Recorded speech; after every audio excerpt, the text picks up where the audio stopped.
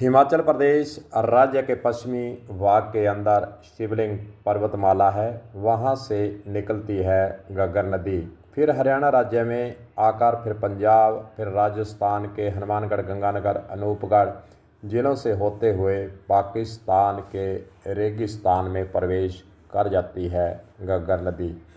पुराने समय की अगर हम बात करें तो घग्गर नदी अपने स्वरूप के अनुसार बरसात के मौसम में आती थी और उस प्रकार वह चली जाती थी। घग्गर नदी में अवरोध नहीं थे, इसलिए नुकसान कम होता ही नजर आता था।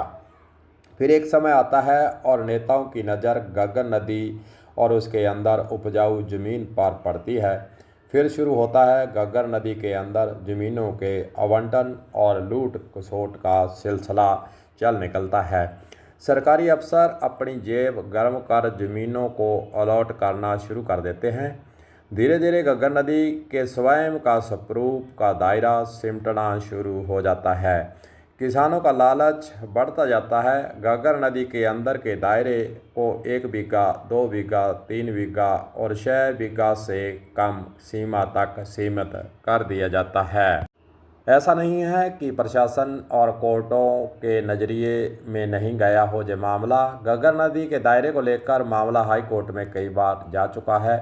फिर तय हुआ कि 6 बीघा चौड़ाई इसकी रहनी चाहिए ताकि नुकसान नहीं हो, और यह भी तय हुआ कि किसान एक फसल यानी घग्गर नदी में पानी जब आकर चले जाएगा उसके बाद फसल बोएगा। लेकिन धरातल पर अब इसके विपरीत ही हो रहा है। फसल 3-3 फसलें किसान वहां पर लेता देखे जा रहा है।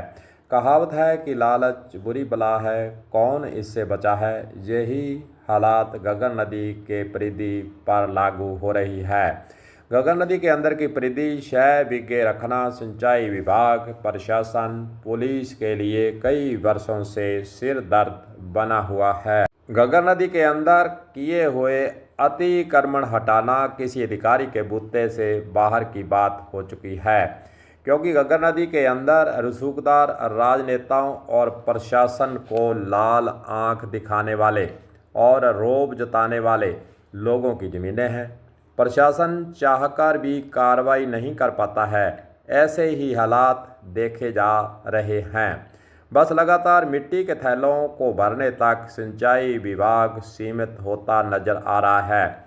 अतिक्रमण हटते नहीं, बंदे मजबूत होते नहीं। जब पानी ज़्यादा आता है तो फिर बचाव के तरीकों की तरफ प्रशासन और सिंचाई विभाग फिर दौड़ता है, और फिर राजनीति वाले भी अपनी राजनीति चमकाने के लिए इस मौके पर बंदों पर डोलते आपको दिखाई देते हैं। 1995 के अंदर घग्गर नदी हनुमानगढ़ शहर के नज़दीक ही टूटी, लेकिन उसके बाद भी जनता ने, प्रशासन ने और राजनेताओं ने किसी ने कोई सबक नहीं लिया। करोड़ों का नुकसान हुआ, लेकिन उसके बाद हाथ पांव मारने लोगों ने शुरू किए, लेकिन निकला कुछ नहीं। वही स्थिति, वही हालात और वो ही घग्गर नदी के अंदर का दायरा चलता आ रहा है।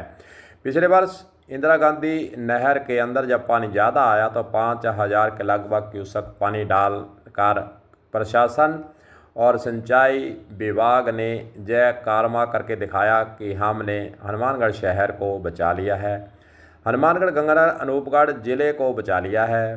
पर 1 महीने से ऊपर इंदिरा गांधी नहर, जो कि हनुमानगढ़ ज़िले से आगे कई ज़िलों के अंदर जाती है, उनके किसानों ने क्या बिगाड़ा था। 1 महीने से ज़्यादा समय तक इंदिरा गांधी नहर में हरीके पत्तन से पानी बंद करवाया और आगे वाले ज़िलों को पानी नसीब नहीं हुआ।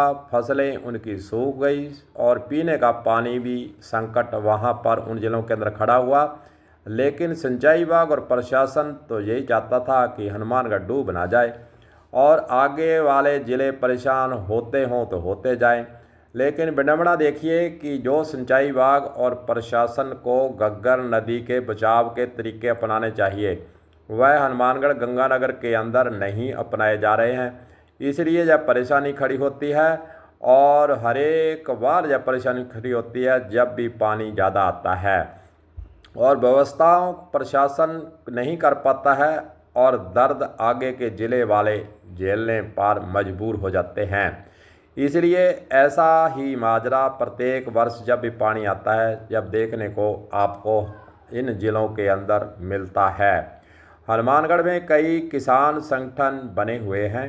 हालांकि समय समय पर वे समस्याओं को लेकर धरना प्रदर्शन और करने के लिए और प्रशासन को ज्ञापन देने के लिए प्रतिदिन आपको कलेक्ट्रेट या एसपी ऑफिस या फिर सिंचाई विभाग पर आते नजर आते होंगे। लेकिन एक मसला है घग्गर नदी के अंदर दायरे को लेकर, बंदों को मजबूत करने को लेकर। इस पर किसान संगठन चुप हैं। ज़्यादा किसान संगठन इस पर विरोध प्रदर्शन, धरना प्रदर्शन करते नज़र नहीं आ रहे हैं। कारण उसका यही है कि उनके ही तो किसान इस नाली के अंदर ज़मीनें अलॉट करवाकर अपनी चांदी कूट रहे हैं और एक फसल लेने की बजाय 3-3 फसलें ले रहे हैं। अवरोध वह हटने नहीं देते और फिर किसान संगठन भी इस मुद्दे पर ज़्यादातर चुप रहना ही अच्छा मानते हैं, नहीं बोलते हैं। और धरना प्रदर्शन की बात करें तो घग्गर नदी के चौड़ाई को लेकर अवरोध को हटाकर अगर इस पर धरना लगा हो कहीं दिखाई नहीं देता है। किसान संगठन वर्तमान राजनीतिक पार्टियों के हिसाब से बढ़ चुका है, इसलिए खुलकर विरोध करना कोसों दूर होता जा रहा है। वहीं दूसरी तरफ अगर हम घग्गर नदी के बचाव के तरीकों की तरफ देखें तो प्रशासन घग्गर नदी को लेकर बैठकें तो करता है, कागजी निर्देश भी जारी कर देता है, पर धरातल पर तस्वीर क्या है उसका चिंतन नहीं करता है।